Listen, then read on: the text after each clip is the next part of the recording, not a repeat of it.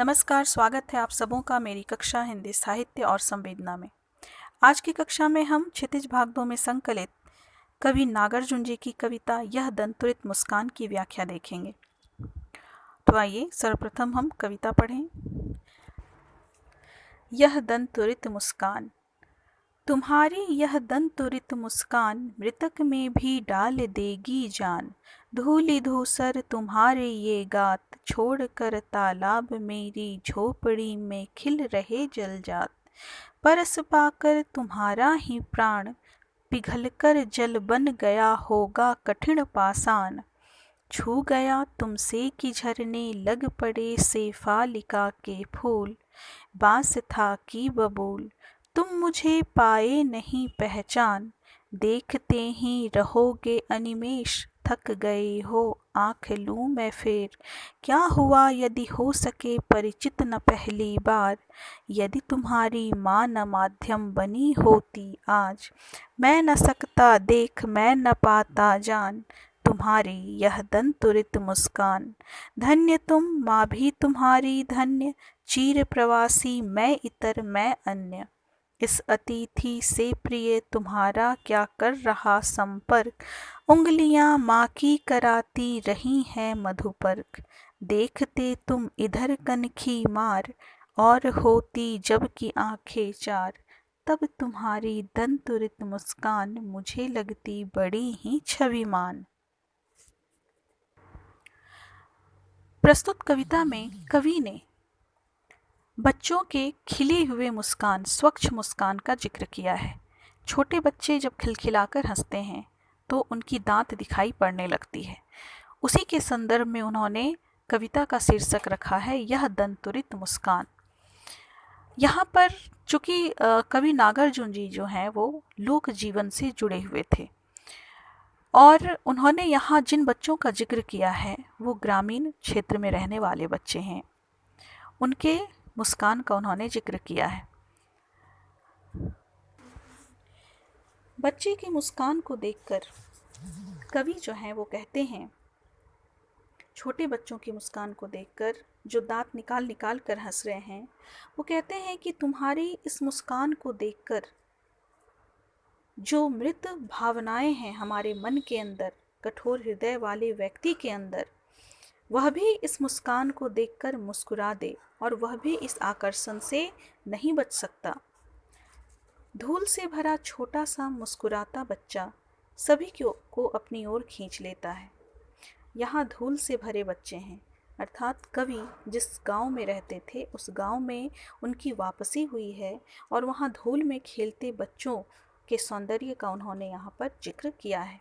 वे कहते हैं कि धूल से भरा छोटा सा मुस्कुराता बच्चा सभी को अपनी ओर खींच लेता है। जिस घर में बच्चे की मुस्कान होती है ऐसा लगता है कि मानो तालाब के जल को छोड़कर कमल जो है वो झोपड़ी में खिल गया हो। मुस्कुराते बच्चे को स्पर्श कर उसकी खिलखिलाहट से कठोर हृदय भी जल जैसा शीतल बन जाता है। आगे कवि कहते हैं, छू गया तुमसे कि झरने लग पड़े शेफालिका के फूल। बांस था कि बबूल।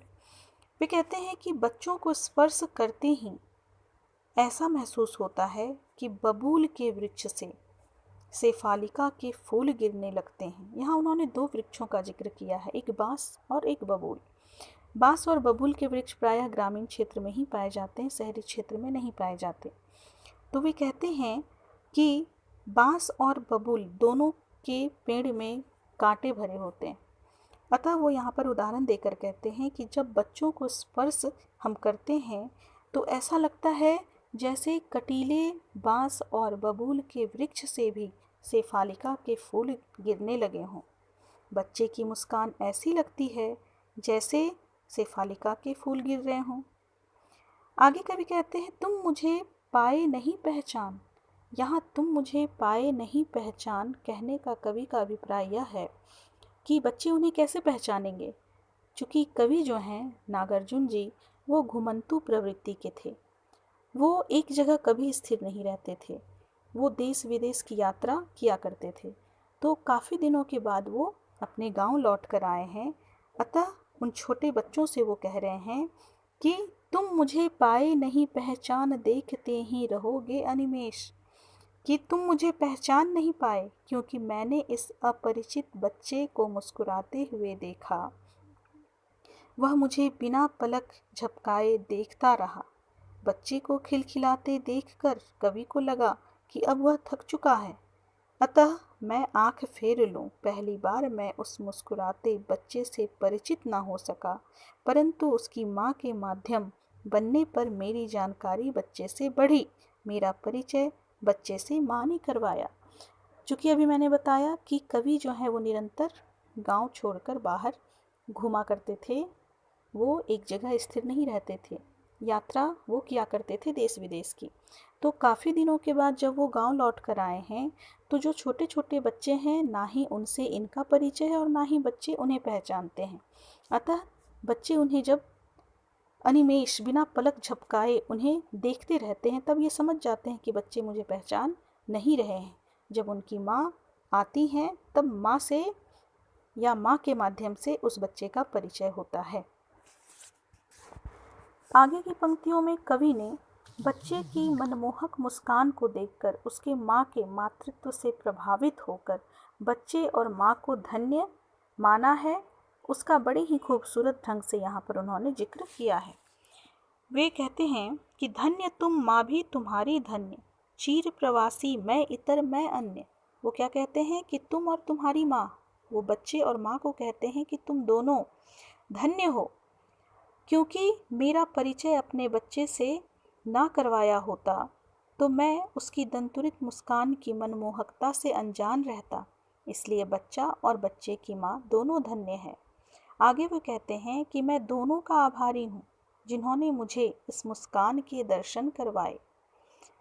मैं चिरकाल से विदेश में रहने वाला व्यक्ति के समान हूँ, अर्थात जैसे विदेशी दूसरे देश से परिचित नहीं होता, वैसे ही अगर माँ ने अपने बच्चे से मुझे परिचित ना करवाया होता तो मैं भी उसकी मनमोहक मुस्कान से परिचित नहीं हो सकता, मैं दूसरा ही बना रहता।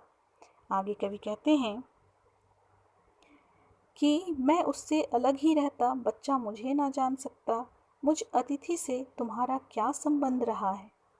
माँ के द्वारा जान पहचान करवाने पर ही मैं तुम्हारी मुस्कान के दर्शन कर पा रहा हूँ या कर सका हूँ।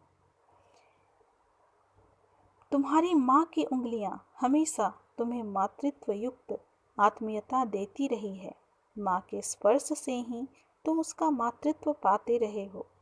जब तुम तिरछी निगाह से मुझे देखते हुए मुस्कुराते हो तो मेरी आंखें तुमसे मिलते ही मुझे तुम्हारी यह मुस्कान बहुत ही सुंदर लगती है। अंतिम पंक्ति जो है कि तब तुम्हारी दंतुरित मुस्कान मुझे लगती बड़ी ही छविवान। अब किसी बच्चे का जब किसी सामने वाले से परिचय नहीं होता तो वो प्रायः अपने माँ के पीछे छुप जाता है और छुप छुप कर वो अपने निगाहों से उसे देखता है और खिलखिलाकर हंस पड़ता है, मुस्कुरा देता है। तो यहाँ पर उस स्वच्छ निर्मल और निस्वार्थ मुस्कान के संदर्भ में कवि कह रहे हैं।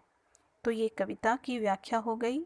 इस कविता के माध्यम से कवि ने आपको जो छोटे बच्चे हैं जिनके मन में ना ही कोई छल ना ही कोई कपट होता है, लेकिन वो फिर भी किसी से परिचय हो या ना हो वो उसे देखकर मुस्कुरा देता है, उसके इस निश्चल प्रेम, उसके इस निश्चल मुस्कान का यहाँ पर सुंदर चित्रण कवि ने किया है। इसके साथ साथ उन्होंने ग्रामीण क्षेत्र में जो प्राकृतिक संपदाएं होती हैं, जो वृक्ष पेड़ पौधे वहाँ का जो परिवेश है उसका भी सुंदर चित्रण इस कविता में किया है। धन्यवाद।